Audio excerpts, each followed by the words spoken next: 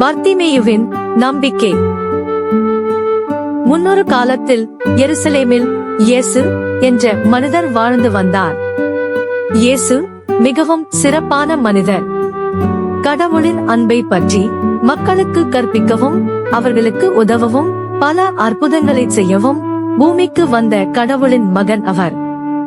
ஒருவரை ஒருவர் எப்படி நேசிப்பது, இரக்கம் காட்டுவது, கடவுள் மீது நம்பிக்கை வைப்பது எப்படி என்று இயேசு மக்களுக்கு கற்றுக் கொடுத்தார். நோய்வாய்ப்பட்டவர்களை குணமாக்குவதன் மூலமும், புயல்களை தணிப்பதன் மூலமும், இறந்தவர்களை உயிர்ப்பிப்பதன் மூலமும் கடவுளுடைய வல்லமையை காட்டினார். இயேசு செய்த ஆச்சரியமான காரியங்களில் ஒன்று பர்த்திமேயு என்ற பார்வையற்ற ஒருவர் மீண்டும் பார்க்க உதவியது. அந்த கதையை கேட்போம்.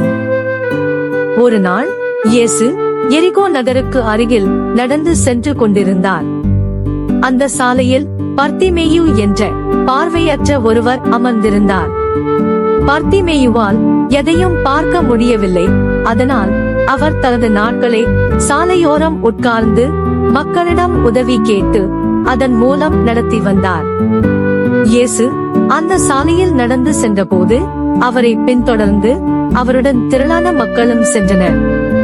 சத்தம் கேட்டு பர்த்திமேயு, என்ன நடக்கிறது என்று கேட்டார். கூட்டத்தில் இருந்த ஒருவர் அவரிடம், நாசரேத்து இயேசு கடந்து செல்கிறார் என்றார். இதை கேட்ட பர்த்திமேயு மிகுந்த உற்சாகமடைந்தார். இயேசு ஆச்சரியமான காரியங்களை செய்ய முடியும் என்பதை அவர் அறிந்திருந்தார். எனவே அவர் உரத்த குரலில், இயேசுவே, தாவீதின் மகனே, எனக்கு இரங்கும் என்று கத்தத் தொடங்கினார்.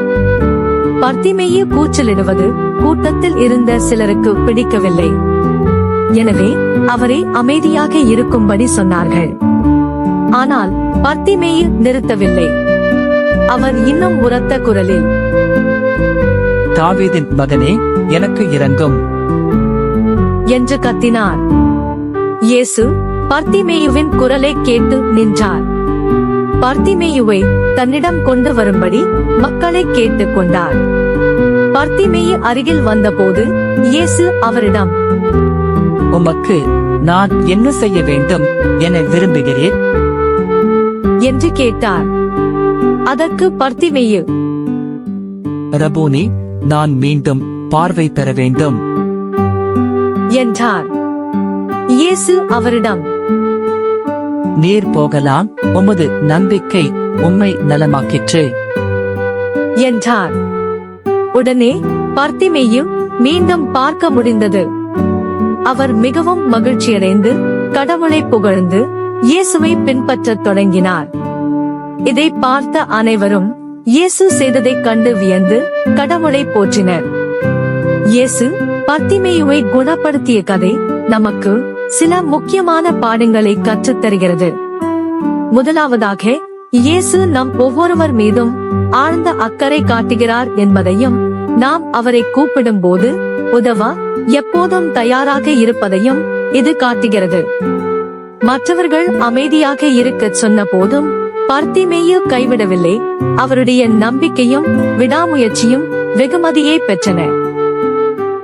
இயேசுவின் மீது நம்பிக்கை வைப்பது நம் வாழ்வில் வியக்கத்தக்க மாற்றங்களை கொண்டு வரும் என்பதையும் இந்த கதை நமக்கு நினைவூட்டுகிறது.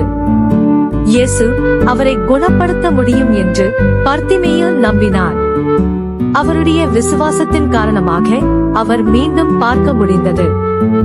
நாம் இயேசுவை முழுமையாக நம்பி அவருடைய வல்லமையில் நம்பிக்கை வைத்தால் அற்புதங்கள் நடக்கும்.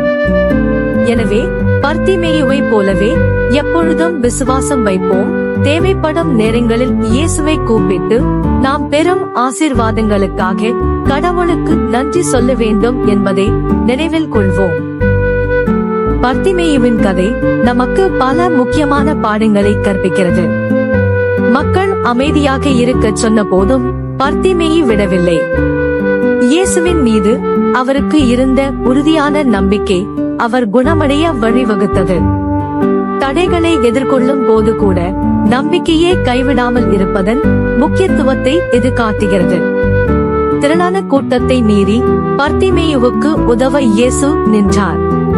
இது இயேசுவின் இரக்கத்தையும் தனிநபர்கள் மீதான அக்கறையையும் காட்டுகிறது. ஒவ்வொரு நபரும் அவருக்கு முக்கியம் என்பதை நினைவூட்டுகிறது. நம் வாழ்வில் ஆசீர்வாதங்களை அள்ளித்தர இறைமகன் இயேசு இரு கரம் விரித்து காத்துக் கொண்டிருக்கிறார் என்பதை நினைவில் கொள்வோம். முழு விசுவாசத்தோடு அவரை கூவி அழைப்போருக்கு பதில் கொடுக்க காத்திருக்கும் அன்பு தெய்வம் நம் இயேசு கிறிஸ்து. எனவே நாமும் நம் அருகிலிருப்போர் மீது அக்கறை உள்ளவர்களாய் வாழ்வோம்.